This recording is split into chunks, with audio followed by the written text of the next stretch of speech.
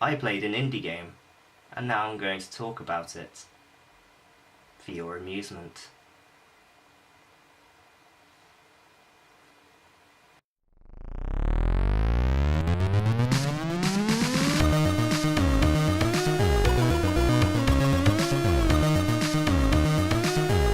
Hello, and welcome to a new series on the channel, people, where we just review indie games. I mean, I've been wanting to do this for a while, and it's coming anyway.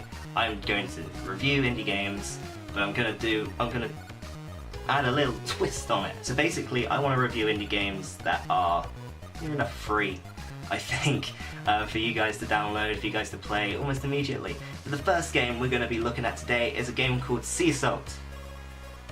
Yeah, Sea Salt. I bet you guys didn't think that, did you? Anyway, let's talk about Sea Salt. Two-man Swedish developer YCJY describes Sea Salt as a reversal action strategy game, where you lead a swarm of eldritch monsters through the inlet settlements, plundering coastal cities and expanding your army as you progress. Or at least that's how PCGamer.com describes it as anyway.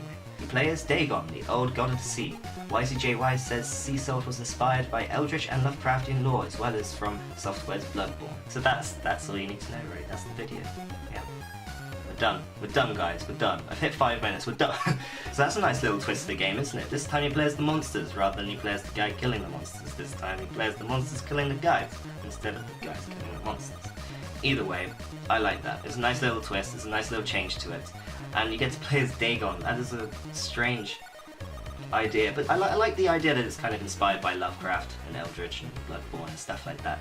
That's nice. That's a nice little influence. And to be fair, you can see it in the way the game looks.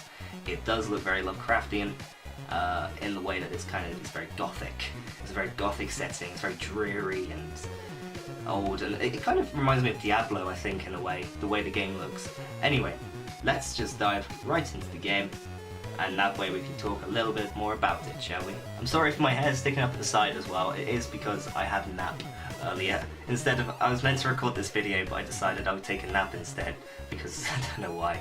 But 2 hours later, it's 8 o'clock at night, and now I'm filming the video. I was meant to film it 2 hours ago. Anyway. You didn't need to know that, let's just dive right in anyway. This being the game as it is, you do get different apostles in the game. This is only a demo, so there's only one apostle that was available.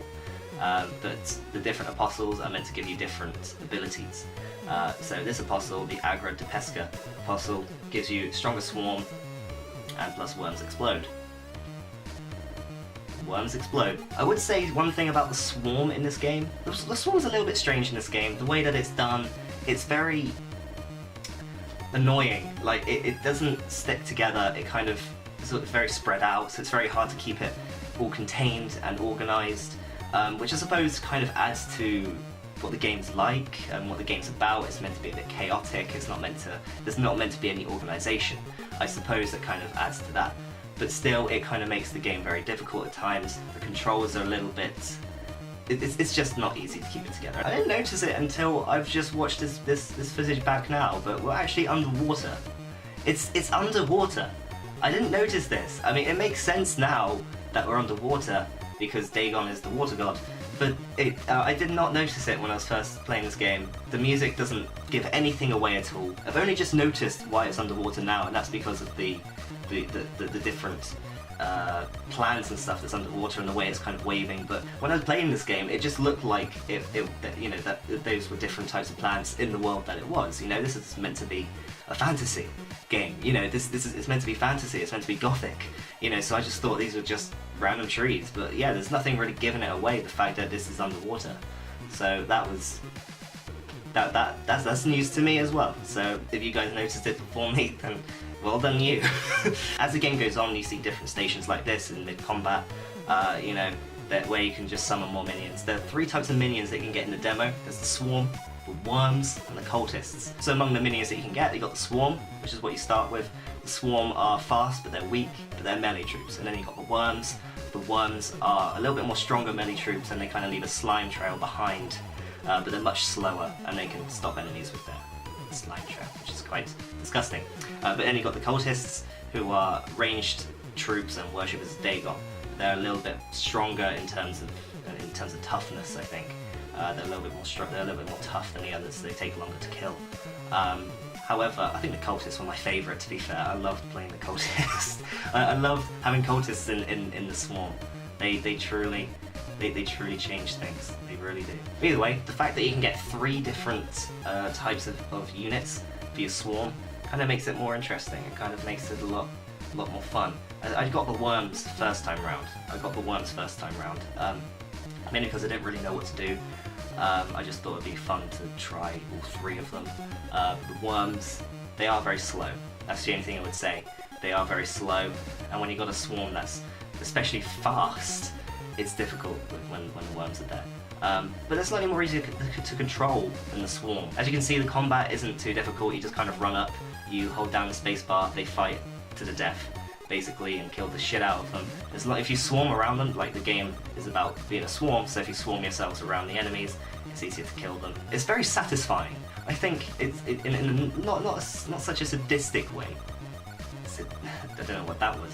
I just kind of caught as out of the corner of my eye, just like bug-eyed, and I got scared. But not in a sadistic way, but the combat in this game is very satisfying in the way that you do kill your enemies, which I suppose is kind of a good thing. Even though the controls are quite clunky, I feel like, or difficult to control the swarm, I feel like it kind of works in your favour, because sometimes the swarm splits up and your enemies are running away from you.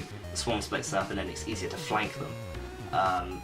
You can, indirectly, I suppose, work around the controls of the game to make it work in your favour. So I suppose there's a lot of diversity in that sense when it comes to controlling the swarm. The level design is pretty decent.